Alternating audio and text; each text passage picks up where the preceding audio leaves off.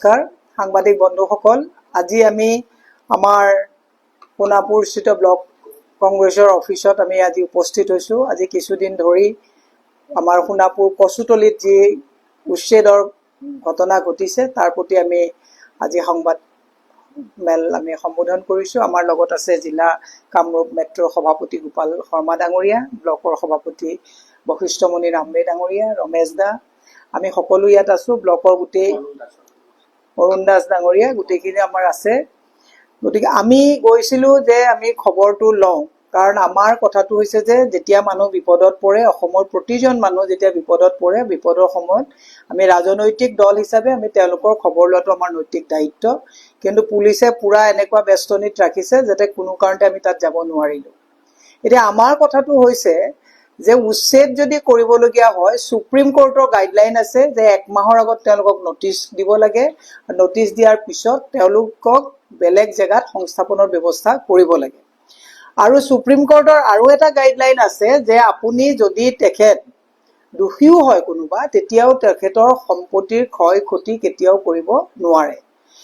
আজি এই 3-4 দিনৰ ভিতৰত যিটো গুলিয়াগুলি হৈছে বা পুলিচ প্ৰশাসনৰ লগত যিটো হৈছে, আমি দুই পক্ষলৈকে আমি আহ্বান জনাইছোঁ, পুলিচ প্ৰশাসনৰো মানৱ অধিকাৰ উলংঘা কৰি মানুহক হত্যা কৰাৰ পুলিচৰ দায়িত্ব এইটো ডিউটি নহয়।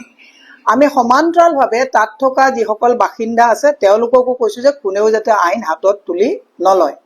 কিন্তু অত্যন্ত দুৰ্ভাগ্যজনক কথা, আমি এতিয়া তাৰে কেইজনমান বাসিন্দা ইয়ালৈ আহিছে। তেওঁলোকে কৈছে যে বাইদেউ, আমি ঘৰ খালী কৰি যাম বুলি বাৰম্বাৰ কাটৰ অনুৰোধ কৰিছোঁ। আমি কৈছিলোঁ যে আমাৰ ধান চাউল, আমাৰ যিবিলাক আচবাব আছে, এইখিনি আমি দুখীয়া মানুহ, এইখিনি আমাক লৈ পেলাই আমাক যাবৰ কাৰণে অকণমান সময় দিয়ক। কিন্তু পুলিচ প্ৰশাসনে সেই সময়টো তেওঁলোকক দিয়া নাই। এতিয়া আমি মাননীয় মুখ্যমন্ত্ৰীক এটা কথা ক'ব বিচাৰিছোঁ। মাননীয় মুখ্যমন্ত্ৰীয়ে যোৱাকালিৰ পৰা কংগ্ৰেছক এই কথাবিলাকৰ ব্লেম দিব বিচাৰিছে। বিৰোধী দলৰ দলপতি ডাঙৰীয়াই কি কথাটো কৈছিলে যে বিধানসভাত তেওঁলোকে এই অঞ্চলত কোনো ভাৰতীয় নোহোৱা নাগৰিক নাই বুলি তেওঁলোকে বিধানসভাত তথ্য দি থৈছে। সেই তথ্যৰ ভিত্তিতহে মাননীয় আমাৰ CLP মহোদয়ে কথা তাত কৈছে।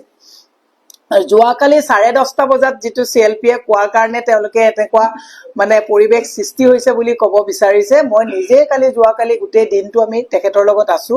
যোৱাকালি গুৱাহাটী বিশ্ববিদ্যালয়ত এটা ছেছনত তেওঁ 2টা বজালৈকে ব্যস্ত আছে, 1টা বজালৈকে আছে। 1টা বজাৰ পিছত আমি মাননীয় ৰাজ্যপালক অসমত হৈ থকা যিটো অৰ্থনৈতিক অনিয়ম, ট্ৰেডিঙৰ নামত যিবিলাক হৈ আছে তাক উচিত তদন্ত কৰিব লাগে বুলি মেমৰেণ্ডাম দিয়াৰ কথাত কৈছে।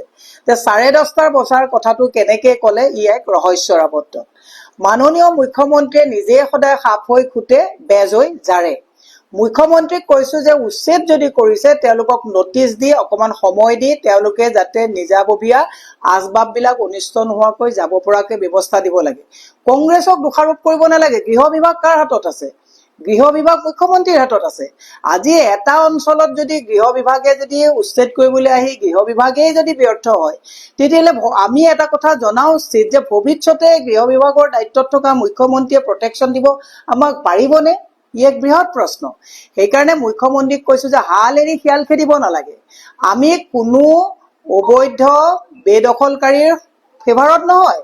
হিতেশ্বৰ শইকীয়া ডাঙৰীয়াৰ দিনৰ পৰা তৰুণ গগৈ ডাঙৰীয়াৰ দিনলৈকে উচ্ছেদ হৈছে, কিন্তু উচ্ছেদৰ নামত এনেকুৱা ভয়ংকৰ পৰিস্থিতি কিন্তু উচ্ছেদৰ নামত হোৱা নাছিল।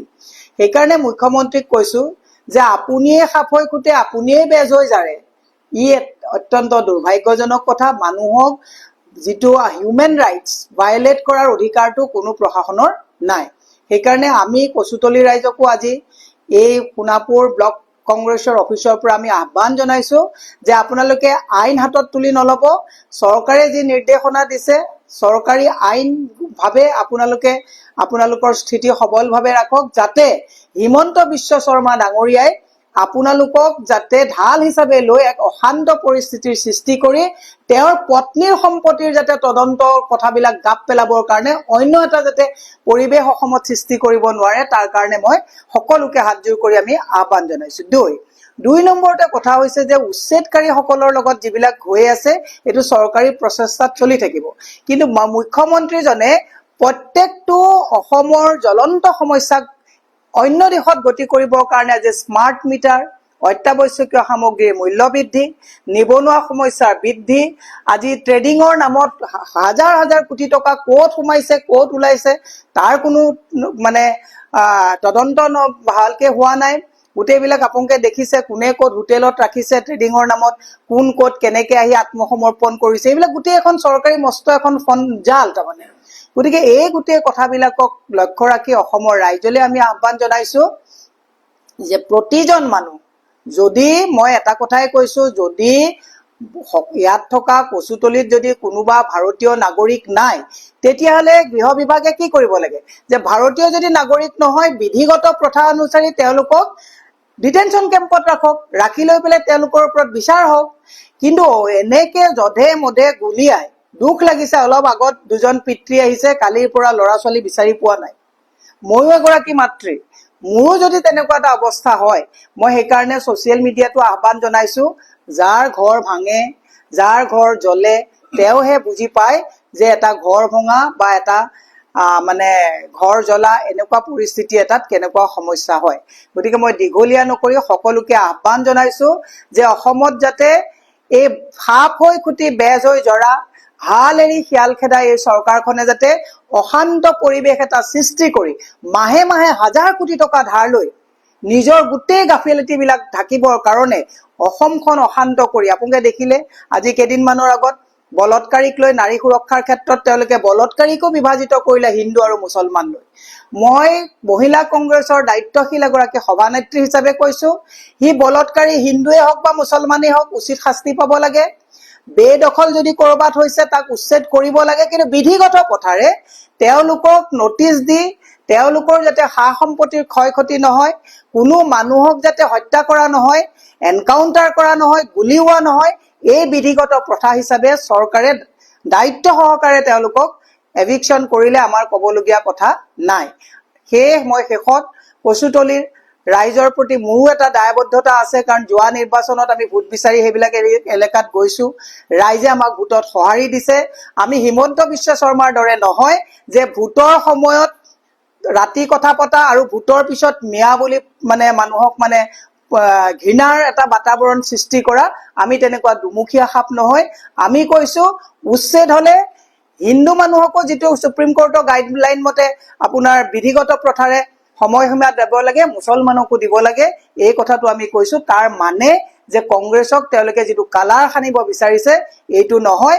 আচল কথাটো হৈছে যে হিমন্ত বিশ্ব শৰ্মাই তেওঁৰ পত্নীৰ নামত থকা সম্পত্তিৰ কথাটো যাতে একেবাৰে মানুহে মনৰ পৰা পাহৰি যায়, মাজুলীৰ যাতে সম্পত্তিৰ কথাটো একেবাৰে মনৰ পৰা পাহৰি যায়, স্মাৰ্ট মিটাৰৰ কথাটোত যিটো মাধমাৰ দিছে সেইবিলাক কথা যাতে পাহৰি যায়, এই কথাবিলাকৰ কাৰণে অসমখন অশান্ত কৰি থকাত গৃহ বিভাগক তেওঁ যি মানে ব্যৱহাৰ কৰিছে ই উচিত হোৱা নাই।